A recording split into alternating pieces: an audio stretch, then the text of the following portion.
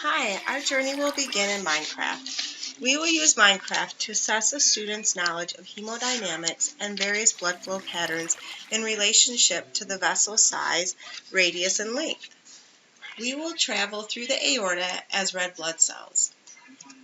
Each student will be divided into 3 teams. They will design arterial segments to represent various blood flow patterns I have assigned them. The teams will research and work collaboratively. They will connect the segments in a series. They will provide peer assessment for each team. Evidence of learning will be demonstrated in their arterial segment design and description of the corresponding blood flow patterns. I will have the opportunity to assess learning by encouraging students to explain how and why the design makes sense. I can provide feedback along the way as I watch the designs take shape and the blood flow patterns to emerge. Minecraft allows the students to be an active part of their learning. This assessment creates a visual of a very complex subject matter and breaks it into smaller parts. The creation of the blood flow pattern correlates with Rubric 4.0 criteria problem-solving strategy, creating creative thinking. My concern really is the focus of the lack of this assessment supporting motivational and supportive learning. Students do not have the opportunity to include their prior knowledge of hemodynamics or the arterial segments as they float throughout the arterial circulation. As the student approaches the aorta, they will have different information blocks that they can use to assess information. First, we will have some fun facts about the aorta. They can navigate through and get ideas of key information as they think of their design.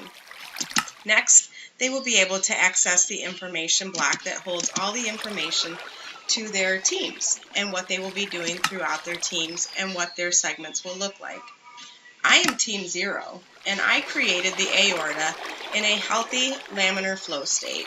The aorta walls are smooth, so let's go ahead and start our journey. If you move through the aorta slowly and rise above the blood a little bit, then you'll be able to read the signs along the way.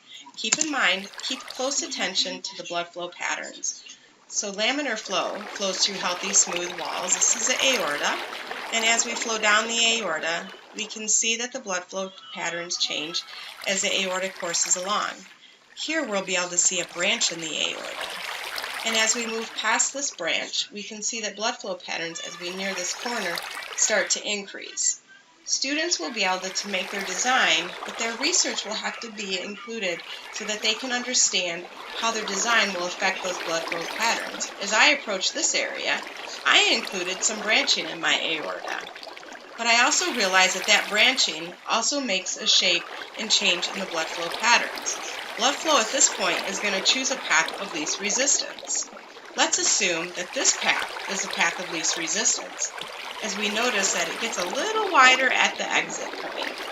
This here is a smooth wall flow divider, and as we exit the aorta, we can then see that the aorta this size on this channel has a little bit wider wall than this size. Students will be able to create their segments and branch off of this area of the aorta and continue to wind through and create an arterial segment tree. Thank you for sharing and watching my Minecraft creation. I hope that you find it fun and very enlightening on how the arterial system and its design shapes the way our blood flows